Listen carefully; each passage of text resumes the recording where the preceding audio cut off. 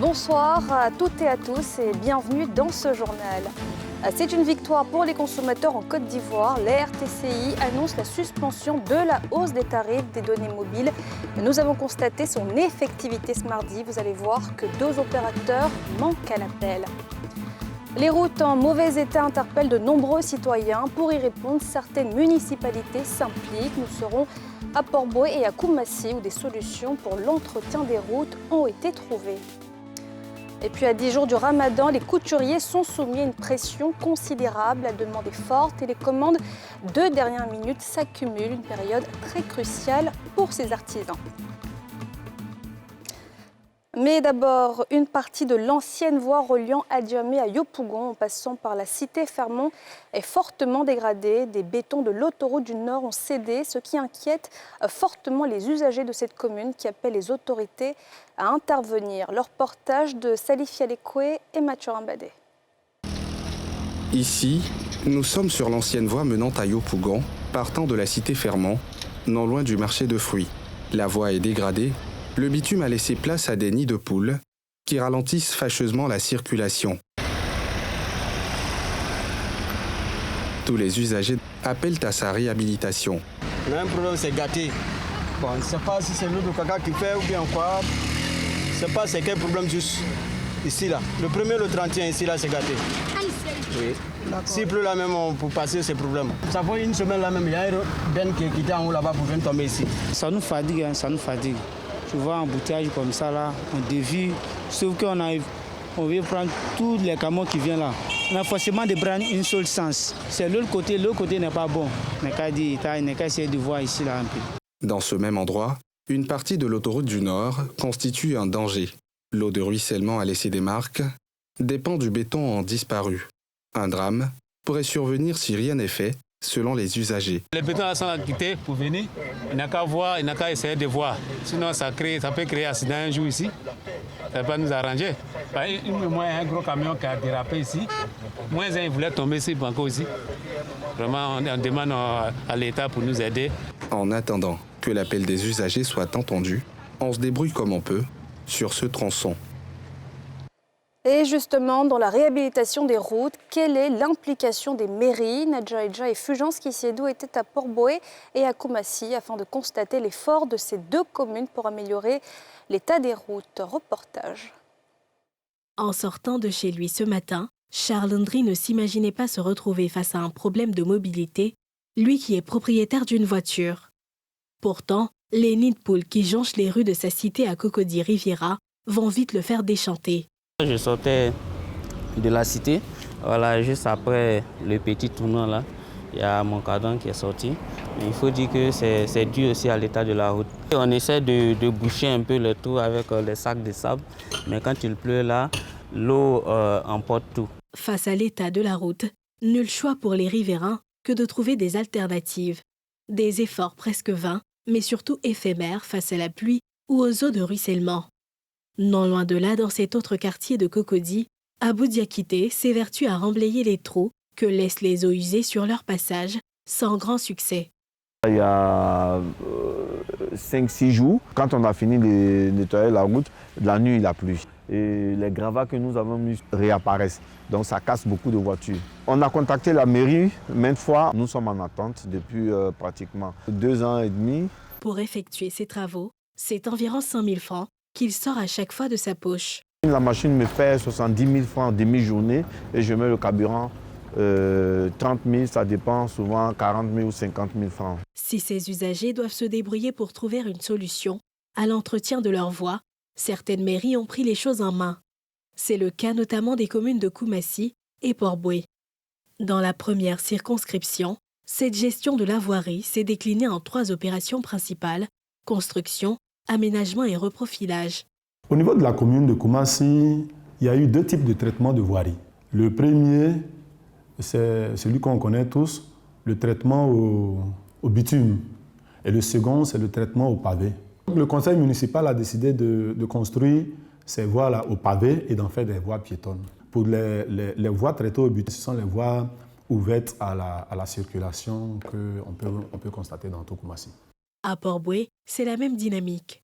3 voies dans les quartiers aux environs de la route de Bassam sont en cours de construction pour le grand bonheur des populations. Avant, on ne pouvait pas passer ici. Quand il pleut, en saison pluvieuse, on ne pouvait même pas pratiquer sa voie. Les véhicules ne pouvaient même pas passer. Le tarif passait de 150, 200 à 300 francs. Et s'il a commencé, s'il termine, par la grâce de Dieu, je pense que nous serons très, très, très heureux. Quand on a assez qu'on est en train de vendre, la simple boue là, ça nous lave ici, ça verse tous nos marchandises. Merci au monde.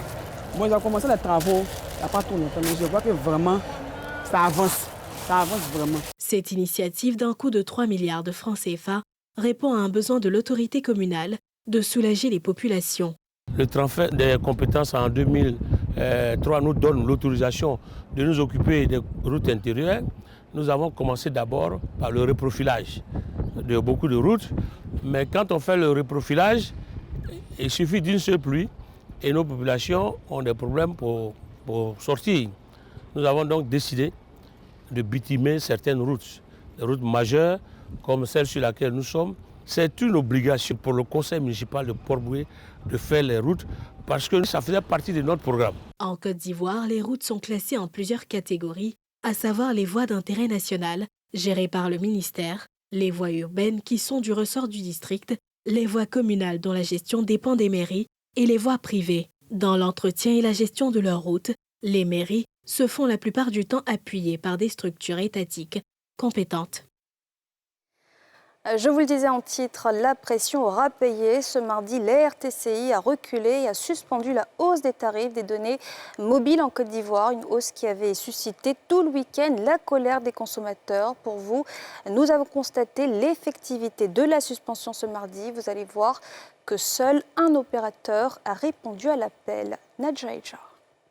À la demande de la RTCI, Move Africa informe qu'à partir du 11 avril, les volumes Internet appliqués le 6 avril sont retirés et remplacés par les anciens volumes.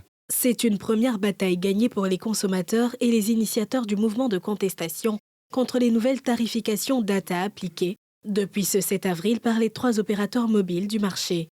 En effet, face à la diminution du volume Internet et l'augmentation des tarifs data mobile, la réaction ne s'est pas fait attendre. J'appelle tous les Ivoiriens, de façon symbolique, entre 12h et 14h, à fermer le portable. Nous protestons contre l'RTCI pour sa décision incompréhensible et contre les opérateurs pour leur cupidité et pour l'ensemble de leur œuvre contre les Ivoiriens depuis... J'ai réfléchi et j'ai eu une idée. Je me suis dit, mais tiens, si on essayait de faire une pétition, où je crois que je disais, il faut que l'Internet soit moins cher en Côte d'Ivoire qu'en Somalie. Voilà. Et donc j'ai lancé cette pétition en pleine nuit. Je reçois beaucoup d'appels de personnes qui me disent qu'ils ont été surpris de l'ampleur de ce mouvement, qui me disent qu'ils ont été surpris de la durée, puisque ça continue. En 3 jours, la pétition a enregistré 45 800 signatures. De quoi démontrer le ras-le-bol des Ivoiriens face à cette situation. On a vu que les Ivoiriens sont solidaires. On a vu que les Ivoiriens sont conscients de ce qui se passe. On a vu que les Ivoiriens sont à bout de souffle de tout ce qui se passe. C'est parce qu'il n'y avait pas d'autre alternative. Et aujourd'hui, à travers les réseaux sociaux, les Ivoiriens arrivent à mettre la pression sur nos dirigeants, arrivent à mettre la pression sur ces opérateurs de téléphonie mobile. Si cet opérateur s'est conformé à la demande de l'autorité de régulation de suspendre la hausse, les 2 autres restent encore silencieux. Pour cette société civile, il ne faut rien lâcher avant d'avoir obtenu gain de cause. Ce que les Ivoiriens demandent, ce que la population demande, c'est l'amélioration des services, la révision au rabais des prix et la conformité avec les prix qui se font ailleurs. Au Sénégal, au Burkina, au Togo, 8 gigas ne peuvent pas coûter 1000 francs ou 2000 et en Côte d'Ivoire, on va nous facturer à des prix vraiment qui nous étranglent. C'est là notre combat. Et tant que ce n'est pas mis en place, nous ne pouvons pas reculer. Au-delà de tout, il s'indigne de la cherté de la vie régulièrement constatée en Côte d'Ivoire. Pourquoi vouloir faire souffrir les Ivoiriens? Pourquoi lorsqu'il s'agit de la Côte d'Ivoire, ce qui est vendu à 500 à l'extérieur doit se vendre ici à 35 000? Moi j'ai un cri de colère à dire contre le Comité national de lutte contre la vie chère, qui est quelque part le représentant de l'association des consommateurs. Moi c'est comme ça en tout cas que je le considère. J'ai regardé leur page Facebook, je n'ai pas vu un mot, pas une ligne, rien du tout sur ça. Lancé le 7 avril, le mouvement contre la hausse des prix des données mobiles a été suivi outre les acteurs des réseaux sociaux, par des leaders politiques ou par des artistes tels que Safarel Obiang ou le groupe VDA.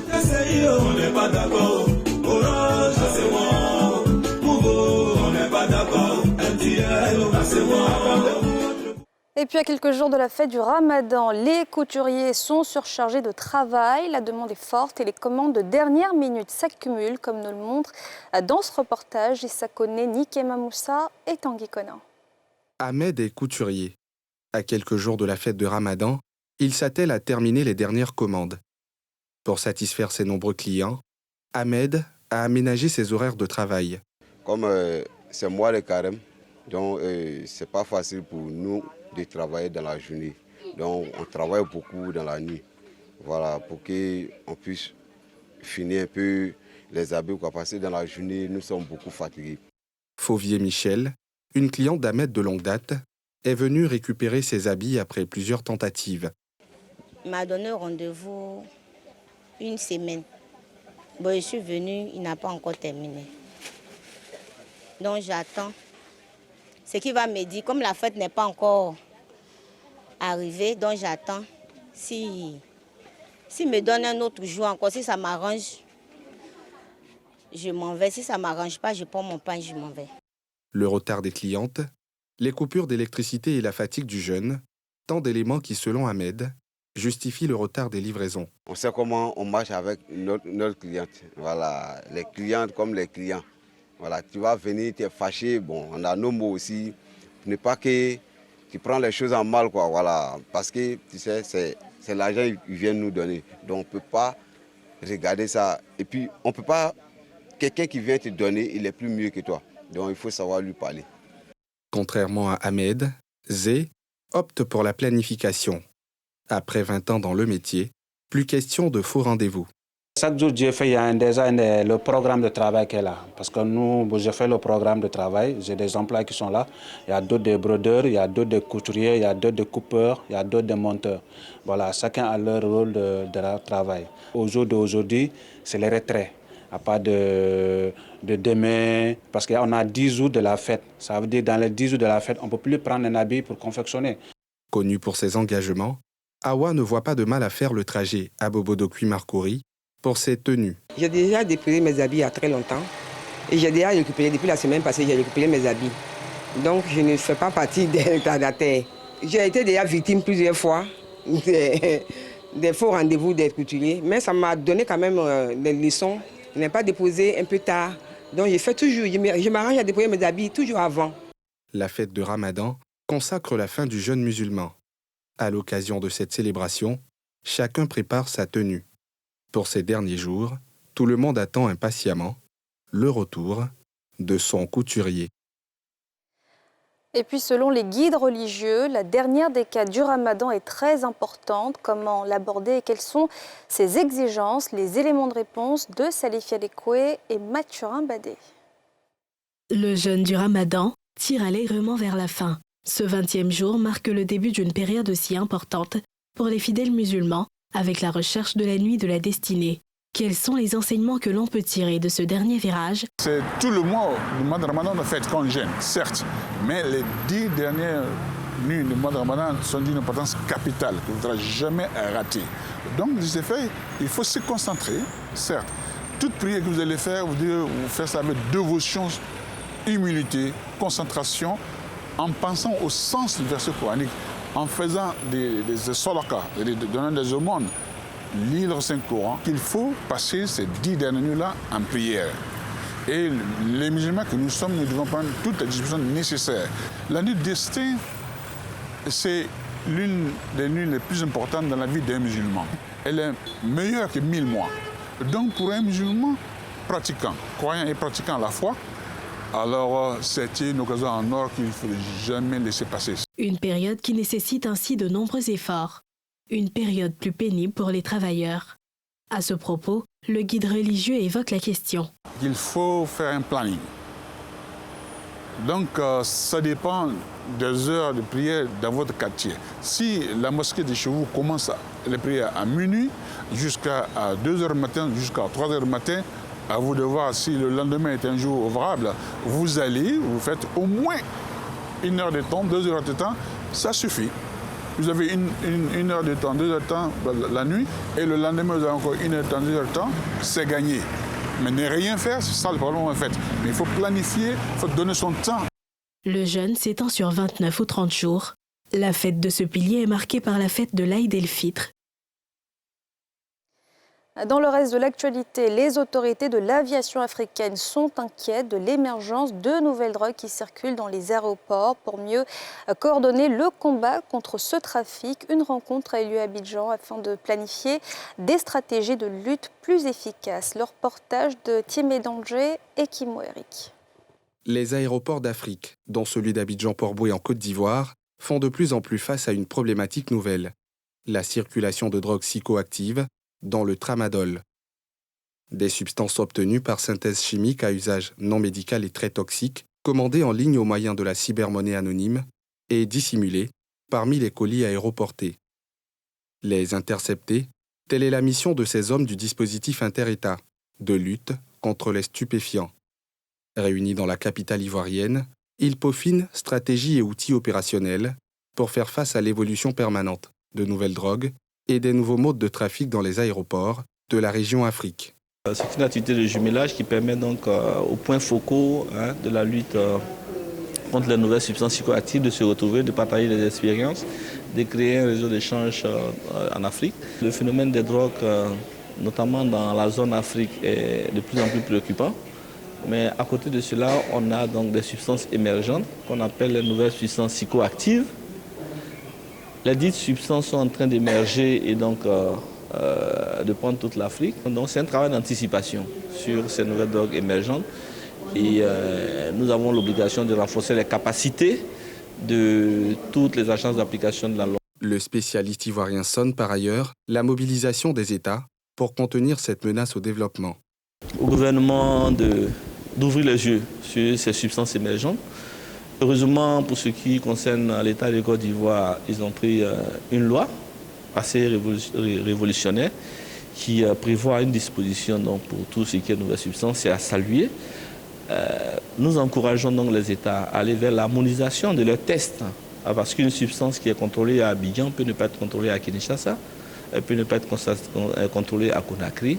Naturellement, tous les trafiquants en profitent. Donc il ne faut pas que la législation présente des failles.